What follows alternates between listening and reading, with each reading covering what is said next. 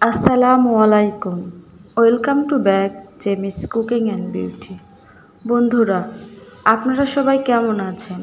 আলহামদুলিল্লাহ, আল্লাহর রহমত ও আপনাদের দোয়ায় আমি ভালো আছি। আশা করি আপনারা সবাই ভালো আছেন।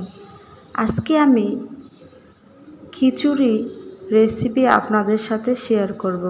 আশা করি রেসিপিটি আপনাদের ভালো লাগবে। এই ভুনা খিচুড়ি রাত্রেবেলা খেতে দারুণ লাগে। সকালে ও রাতে দুবেলায় এই ভুনা খিচুড়ি তৈরি করে খাওয়া যায়। এই সবজি ভুনা খিচুড়ি রান্না করতে তেমন একটা ঝামেলা হয় না। ঝটপট তৈরি করে নেওয়া যায় এই সবজি ভুনা খিচুড়ি বা জাউ খিচুড়ি। এই খিচুড়িটা আপনারা ছোট বাচ্চাকেও খাওয়াতে পারেন, কারণ এটি স্বাস্থ্যসম্মত পুষ্টিকর খিচুড়ি। এখানে আমি দিয়েছি ধনিয়া পাতা, কিছু সবজি, আলু, পটল।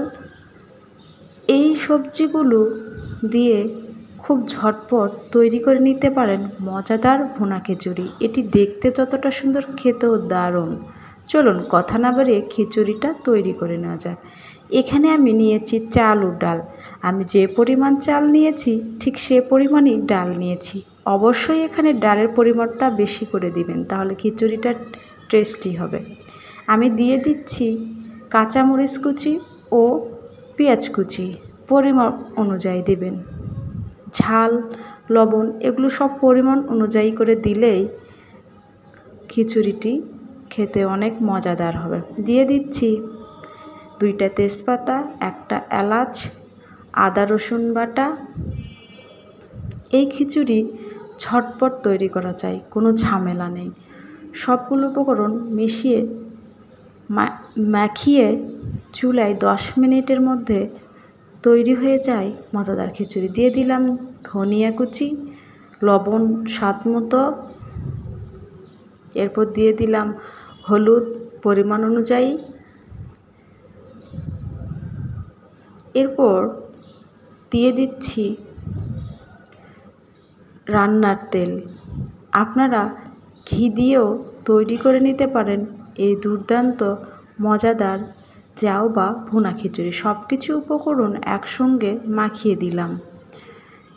মাখিয়ে নেওয়ার পর পানি দিয়ে চুলায় বসিয়ে দিয়েছি।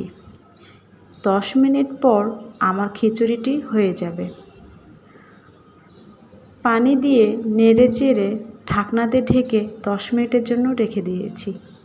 10 মিনিট পর এসে দেখি খিচুড়িটা আমার একদম পারফেক্টলি হয়েছে। আমি এই নরম খিচুড়ি পছন্দ করি। দেখুন, চুলা থেকে নামিয়ে পরিবেশন করলাম। আমি সৌন্দর্যের জন্য কিছু আলু ওপরে ও ধনেপাতা ও কাঁচামরিচ দিয়ে পরিবেশন করেছি। আপনারা চাইলে আপনাদের পছন্দ অনুযায়ী যে কোনো সবজি দিয়ে পরিবেশন করতে পারেন। আমি এখানে কিছু আলু ওপরে দিয়ে পরিবেশন করেছি। খিচুড়ির সঙ্গে আলু ভাজি বা আলু দিয়ে খেতে দারুণ লাগে। আপনারা অবশ্যই ঝটপট ঝামেলামুক্ত এই ভুনা সবজি খিচুড়ি বাসায় ট্রাই করে খাবেন, আর গেস্ট আসলেও খাওয়াবেন। এই খিচুড়ি কাউকে খাওয়ালে সে বারবার রিকোয়েস্ট করবে এই খিচুড়িটি তৈরি করে খাওয়ানোর জন্য। বন্ধুরা, আমার এই ভুনা খিচুড়ির রেসিপি যদি আপনাদের ভালো লেগে থাকে তাহলে অবশ্যই চ্যানেলটি সাবস্ক্রাইব করুন, লাইক, কমেন্ট ও বন্ধুদের সাথে শেয়ার করে পাশে থাকুন। আল্লাহ হাফেজ।